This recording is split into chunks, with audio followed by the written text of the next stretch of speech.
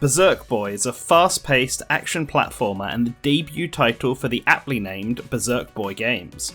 From a first glance, retro gaming fans might think that this game looks a lot like Mega Man, and they would be right. Berserk Boy is a title that feels like it's trying to fill the gap left behind by the Mega Man series, but specifically the ZX line of Mega Man games. And does it manage to do so in an exciting and interesting way? Let's find out. Berserk Boy follows the story of Kay and Dizzy, a young brother-sister duo who have just joined the Resistance in its battle against the dark forces of Shade. But while rescuing civilians is their top priority, Dizzy is fascinated with this legendary power called the Berserk Orbs, and when the two head out to investigate a strong power reading, they end up meeting Fior, a bird on the run from a mad scientist named Dr. Genos. When all seems lost, Kay fuses with the Berserk Orb and unlocks the power of electricity, allowing him to fight back against the mad scientist. With this new power awakened, Kay has to travel to 5 different areas, each guarded by a lackey of Dr. Genos, defeat them and absorb the Berserk Orbs that powered them, allowing for Kay to unlock even further powers of the elements. This is the basic setup of Berserk Boy, and it does a good job of getting the player started. The plot doesn't try to take any major twists or turns, it focuses on being a simple, good triumph over misguided evil story, with shades of grey around the antagonists to make them all feel a little bit more like characters, rather than just robot master style bosses, which is what they ultimately are gameplay wise. Each world is made up of 3 levels and 3 EX levels, with a Berserk Orb user at the end of every 3rd stage.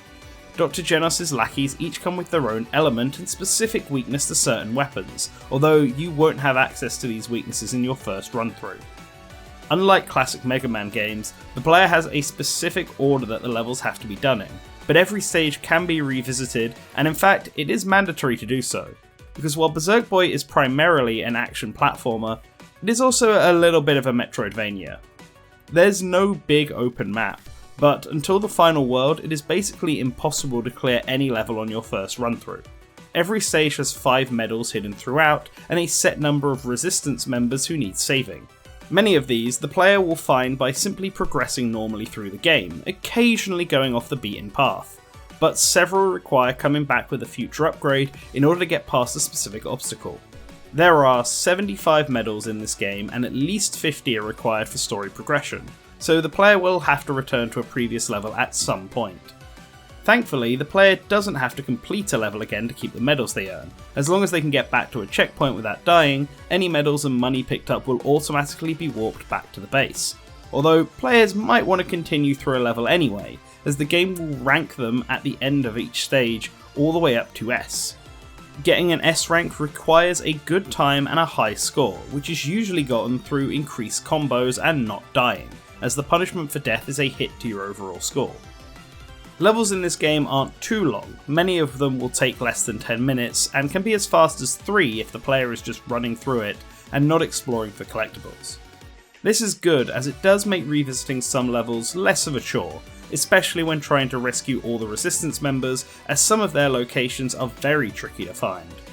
Getting all the Resistance members in a level will unlock the EX stage associated with that level.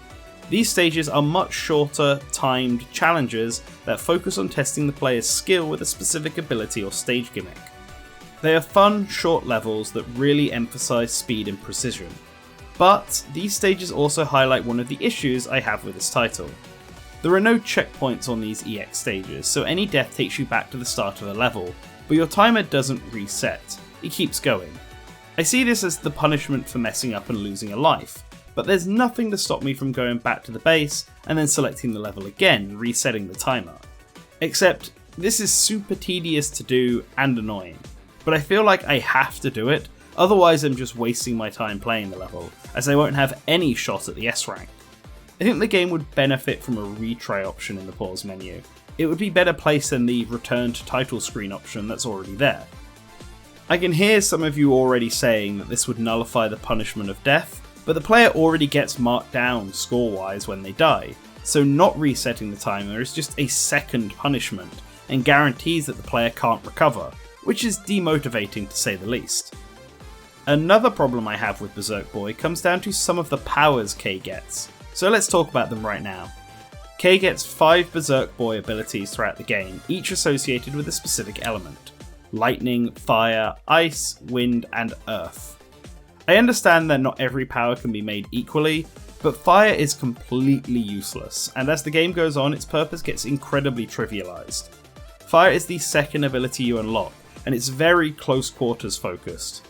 Lightning is also close combat focused, but there are benefits to it that make it actually usable.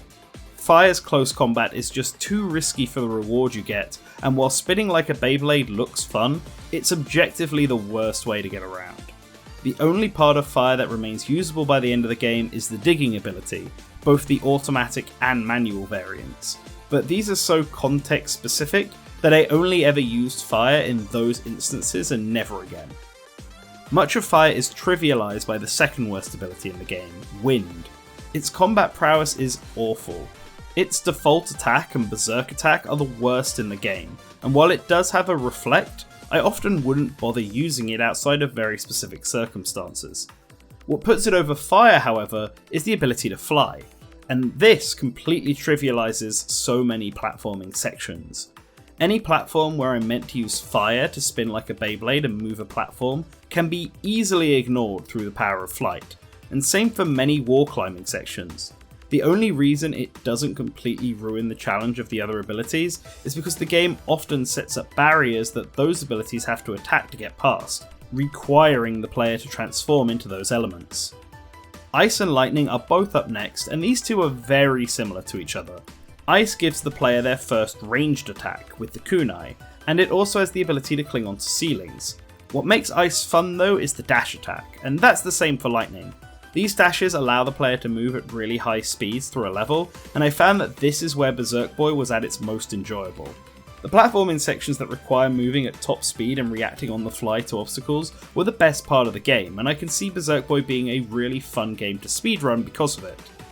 While Ice has more abilities to its name than Lightning does, I found Lightning to be more fun to use, as it's got really solid combo potential. When you dash into an enemy as Lightning, you bounce off them and attach an electric chain to them. You can attach several chains to several enemies all at once, and with a single button cause them to explode in a flash of electricity. What's more, if the enemy is still alive even after all of this, the player can follow up that attack with a downward strike that is sure to finish them off.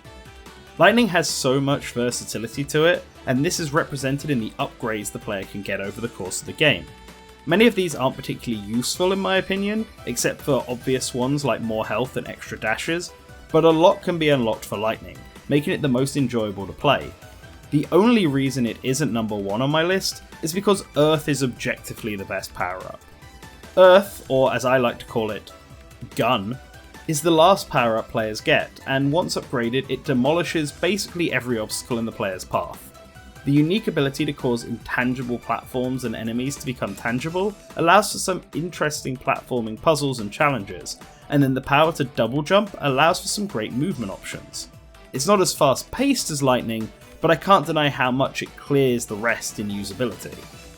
And I think the disparity between the usefulness of each of these abilities perfectly represents my feelings on Berserk Boy. The game is a lot of fun, especially when the player can move at a fast pace through the levels, building up that combo meter and getting the perfect ranking. It gives the same kind of joy as a big 3D character action game, and the level design and variety really support this. But once the game slows down and exploration becomes the focus, it ends up falling short. Some platforming sections can be completely trivialized once the wind power is unlocked, even in newer levels that appear after you've unlocked that power, and a handful of the hidden collectibles are just hidden in completely nonsense places. What makes those hidden collectibles more annoying is when the game design is inconsistent. Sometimes ladders that go up off the screen will lead to new areas, but other times they won't. Sometimes moving an elevator up and then falling down below the hole will kill the player, but other times it won't. The one that really annoyed me is that these skulls appear over bottomless pits to warn the player that there is nothing down there. But then sometimes you get pits that don't have these skulls, and the game conditions the player to think that these are safe. But no, they also kill. It just feels like the game forgot to put the skulls there. Despite some frustration, Berserk Boy is overall a positive, especially if you are someone who misses the Mega Man games from X onwards, or you're just a fan of fast-paced character action games. Berserk Boy knows what it wants to be, and those parts work really well, but there are some minor game design issues throughout that end up making the game more frustrating than it probably should be. I want to thank Berserk Boy Games for giving me a code to review. I hope that the game does them well, and I hope some of my critique can be used to further improve the quality of its games going forward, because I am looking forward to their next release. There's some great potential here. Let me know in the comments if this is a game you are looking forward to, or if I've sparked your interest in it. And while you're doing that, our patrons, the $5 Up Plus tier, are going to be going across the screen right now. You can join them by following a link in the description below. As always, if you want to help us out without having to spend any money, you can always hit that like button, watch another video, or better yet, subscribe, so that you can always remember to return to the source.